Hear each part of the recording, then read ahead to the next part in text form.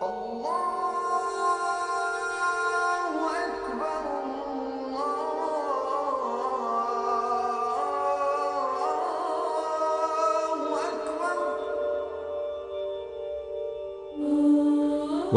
to Understanding Islam, bearers of the final message. This week we're going to look at the art of Islam. Think about beauty. Can you imagine any human being who cannot appreciate something beautiful? It could be beautiful words or music or the flight of a bird. It could be a painting, color, a sunset. There is something about beauty that speaks to the very depth of the human being. It's not just an experience on the eye, it's also an experience in our hearts. And for Islam, beauty is part of a spiritual relationship with God, because God is beautiful and God loves beauty. And so beauty actually speaks to the innermost depth of the human being, to our spirit. The difficulty with anything that speaks to our spirit is, who's in charge? Where's it leading us? Where's it going? We have another saying in English that all that glitters is not gold. So there are some things that actually affect our spirits, some things which look as though they're beautiful, but actually they take us off in another direction. And so we always need to be aware that something which is beautiful needs to be leading us and directing us toward God. And so there has to be a critical appraisal of all things to do with art. They should be godly and not distracting us, not taking us away from the life, the will, the works of God. Now, if we think about Mecca at the time of the Prophet, it was a time of idol worship. In Mecca there were many different idols cut of stone and wood, sometimes just blocks of stone. People would worship them instead of worshipping God. And the criteria, the hallmark, are you a Muslim or not? Do you worship God or do you worship those idols? So not surprisingly, the first prohibition in Islam when it comes to artistic work is that there should be no images of anything that people could worship instead of the worship of God. And so there's no statuary, no idols, no carved images in Islam, so that nobody will worship them instead of worshipping God. So this actually gives us our first definition of the art of Islam. It is that art that reinforces and leads us toward absolute submission to God alone and to nothing else. It is an expression of the pure monotheism of Islam. But again, going back to the early period, the Prophet isn't born into a vacuum, onto a blank page of history. Instead, he is born into a certain culture, a certain society. And as Islam expands away from Mecca and Medina, it begins to encounter other sorts of cultures, other sorts of ways of life. Different places around the world come under the influence of Muslims and of Islam. And so the first gesture then of Islam in relation to art is one of purification. We should not permit those things which do not accord with an Islamic way of life, like idol worship, for example. After purification comes adaptation. That is, that you should take those things from those other cultures around the world and you should embrace them and use them to promote an Islamic way of life. So that we can say that Islamic art is that art which furthers a Muslim worldview, which promotes an Islamic understanding of what it is to be a human being, to live in a created society, to live under God. And so different forms of art are brought under the umbrella of Islam and are further directed toward the service of God. And so then we can begin to see the development of particular Islamic art forms. The first element that we're going to look at is visual art, paintings, drawings, pictures. Now, these are normally pictures of human beings or animals, and such like animate objects are not generally permitted within the Islamic tradition, because those are the things that historically people tend to worship instead of the worship of God. And so we can start with a general wariness, a general prohibition of the representation of animate objects, especially in the mosque, although sometimes these animate objects are represented in other places. Anything that has a soul is an animate object, and therefore we think normally of humans and of animals. But the representation of vegetable material or of geometrical patterns, for example, were part of that which was incorporated into Islam. There isn't a direct citation in the Quran that prohibits all forms of visual art, but there are hadith that strongly warn against them, that strongly caution Muslims to avoid such things. So the best known of these hadith is when the Prophet says that the angels will never enter into a house in which there are visual images of living things, living beings, living animals or humans, especially not a dog. And so we have direct guidance from the Prophet on this question. Now, sometimes these kind of images were used in public places, in palaces, in bathhouses, in places of rest and relaxation, and sometimes in people's homes. Almost without exception, never in a mosque itself. And sometimes we see images of animals with their heads cut off, and in that way it's a sign that this is not an object that you should worship. Now, with the coming of photography, then a whole new discussion enters into the picture. And different Muslim scholars and schools will take different positions regarding photographs.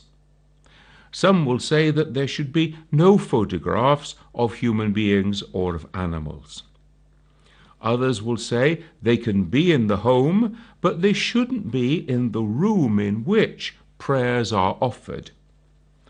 Some will say, well, yes, if they're in that room and you're going to pray in there, then you should turn them face down before you begin your prayer as a sign that these are not things that you worship. And again, others will say, well, they should not be in the direction of prayer, the Qibla. This is based upon a tradition, an account from the life of the Prophet, in which in the home of one of his wives there was a wall hanging that was richly decorated. And it was on the wall that was in the direction of prayer. And the Prophet asked her to move it because he said it distracted him in his prayer. And so this idea of having nothing in the direction of prayer is very important. If we go into mosques, for example, the Qibla wall, the direction of prayer, is normally a plain blank wall, so that nothing should distract the worshipper from the worship of God. Now, when television came along, we had yet another interesting discussion amongst the scholars, and most of them resolved it by saying that with television you have no enduring image. As soon as you turn the television set off, the image is gone. It's only an instantaneous array of flickering lights that gives us the image on the television, and therefore they said that television pictures were generally permitted. Indeed, today there's a live stream over the internet from the sacred mosque with people around the Kaaba in Mecca, and also from the Prophet's mosque in Medina.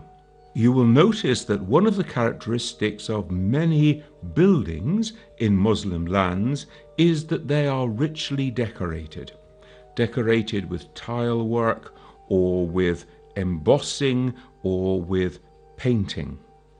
Now, the first building that was decorated as an Islamic building was in fact in Jerusalem. It was the Dome of the Rock that was finished in the year 691, and it was decorated on its inner surfaces with verses of the Quran that were done in beautiful writing, calligraphy we can say. And this work was actually done by Christian craftsmen, because they were the best people at that time who used to have this skill before the Muslims took it on for themselves. This gives us an important principle that the art of Islam is not necessarily only done by Muslims. It can be done by other people too. So it is Islamically inspired art rather than always art that is executed by Muslims.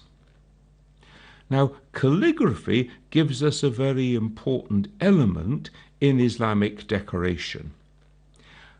Once the Muslims encountered Greek geometry in Baghdad and Basra from the 8th century onwards, then the idea of geometrical patterns, of geometrical tessellation, shapes that fit together, of replication so that one image is repeated over and over again, and of symmetry so that images are balanced one against the other, these elements enter very strongly into the art of Islam.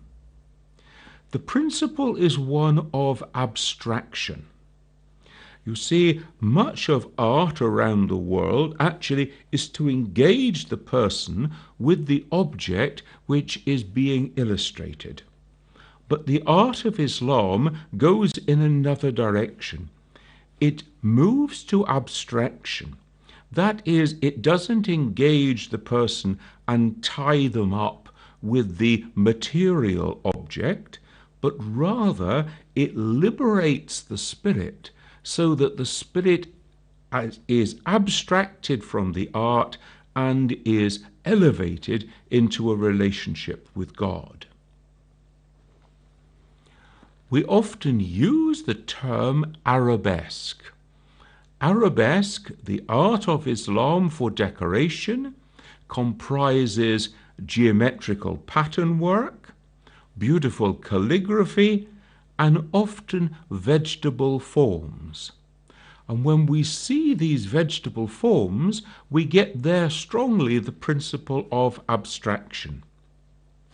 Because the artist is not trying to replicate the exact form of that particular leaf or plant, rather the form is abstracted and can then be replicated, can be used symmetrically, geometrically, and so on. In the 13th century, in particular cultures within the Muslim world, and we think here of Persia and of Turkey and of India, it became common to have paintings of human beings, men and women, always with respect, but nevertheless human representation. Even sometimes we find that there were representation of prophets and of angels. But the idea of respect and also of abstraction was made clear because the actual face of the prophet or of the angel was obliterated. It was painted instead as a blank oval to remind us that this wasn't a visual representation that could in any way be worshipped. When it comes to Islamic architecture, there are certain elements which have become associated with Islam. The first is the minaret.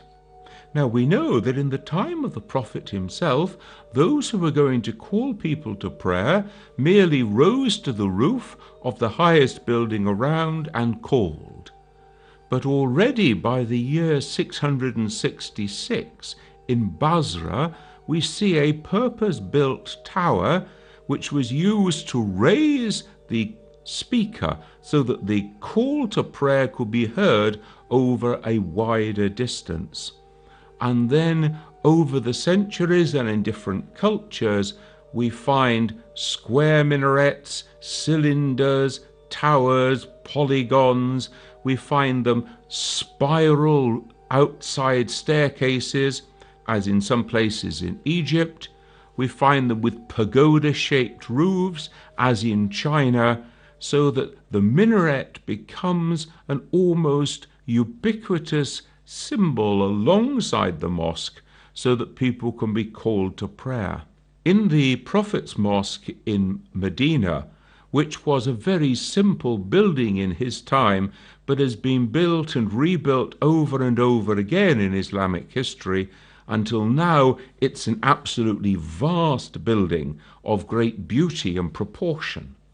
But if you go right back to the earliest days, it was in the Prophet's mosque in the year 710 that we find the first mihrab being built. The mihrab as an archway, a niche cut into the wall of the direction of prayer, the Qibla, so that everybody would know in which direction they were to pray, and also it was a place for the Imam to stand. Now, if you think about it, when you go into the mosque, the Qibla wall is right in your line of sight, and therefore the mihrab is a particular visual focus. And so over the centuries in different cultures around the Muslim world, the mihrab has been an element of the mosque that has been particularly enriched and particularly beautified so that it elevates the thoughts, the spirits of the believers when they assemble for worship. Another element that becomes very common in the architecture of Islam is the dome. The first dome, of course, is the Dome of the Rock in Jerusalem, but domes have taken various shapes in different cultures around the world. Onion-shaped domes, bulbous ones, hemispheres, some that are pointed, many different shapes of domes. Now, the good thing about a dome is that it's practical. First of all, it enables you to have a volume of air above the congregation, and that cools them and also gives them fresh air to breathe when the mosque is very full. Secondly, it acts as a sounding board so that the voice of the Imam is enhanced and intensified so that it can be better heard. And thirdly, a dome is the best way to cover a large expanse without a lot of pillars, so that people can form one single congregation and also see and hear what's going on. But the dome is not just practical, it's also symbolic. It is symbolic of the vast expanse of the desert. You can imagine if you're standing in the desert, the horizon goes from one side to the other, and so the dome actually symbolizes that. It symbolizes the infinitude of God, and therefore it raises the thoughts, the hearts of people again to think about the majesty of God, the Creator, the Sustainer. Domes are not only used on mosques, but they're used on other Muslim buildings as well. Mausolea, for example, which are built over the burial place of someone. Now, with the dome, we think about the light that floods into a mosque. Because the Quran tells us that God is light, and the symbolism of light is used a lot in relationship with God. And therefore Islamic architecture liked to flood mosques and other buildings with light. In order to do that, were needed to develop arches. First of all, the simple round arch, and then the horseshoe arch, and then into pointed arches, and then we find two-tier pointed arches, where one row is above another, thus elevating the walls, giving more light, more space, and making it visually a very beautiful, a symmetrical place. This idea of symmetry is crucially important, not only internally, with the balancing of arches and of light, but also externally. If you look at the Taj Mahal, for example, in India, there is the Taj itself, which is a burial place, it's a mausoleum, but then each side of it, it's balanced by two other buildings.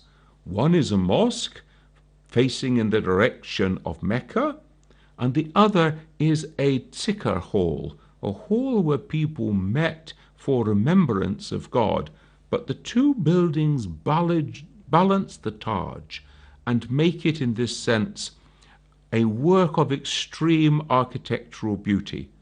Indeed, the Taj Mahal in India, the Alhambra Palace in Granada in Spain, surely these would be in the top of the list of anybody's list of beautiful buildings in the world. The art of Islam can be very practical as well. Think about all those things that you need around the house: cups, plates, bowls, dishes, jugs. All those objects were brought into Islamic art and culture from Persia, from China, from Byzantium, and then they were given a special Islamic style with decorations of arabesque, of vegetable forms, and also in terms of plaques on the wall, for example, beautiful calligraphy as well. And so all sorts of objects became part of Islamic art, not just in ceramics, but also in metalwork, in gold and in silver, in glass and in crystal, in ivory, so that the art of Islam became a very wide embracing culture. In terms of verbal art, poetry has always had a particular place within Muslim life and culture. Now we know that there were some poets in the time of the Prophet who used to recite very bad poetry, satirical poetry, poetry that poured vitriol on other people, and he disliked this very strongly. And so poetry must always be that which uplifts the spirit and raises our imagination toward the divine world. So therefore poetry has always been important amongst the mystics of Islam, the Sufis, who have used poetry to try to express their yearning for closeness with God. Music is another element. Music sometimes gets a bad press in the world of Islam because of the things with which music is associated.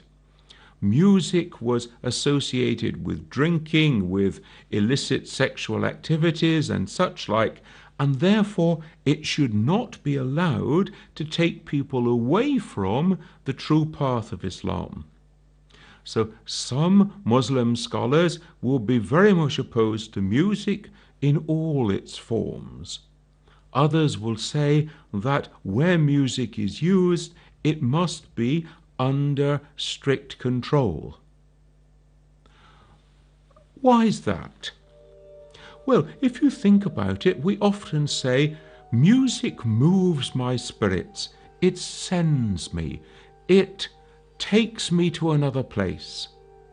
Well, where's it taking you? Who's in control?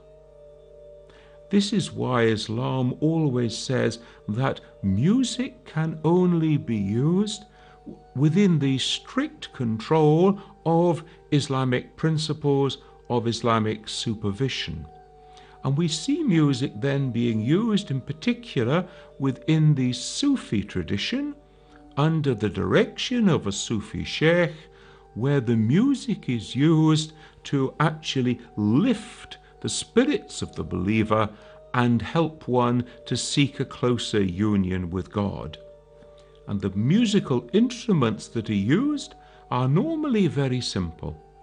The single-sided daf, for example, the drum that would give a simple rhythm, and the ney, the end-blown reed flute, which gives that particular sound, which the great Sufi poet Rumi says it actually engages the very heart of the human being. There are other forms of melody which are used within the world of Islam.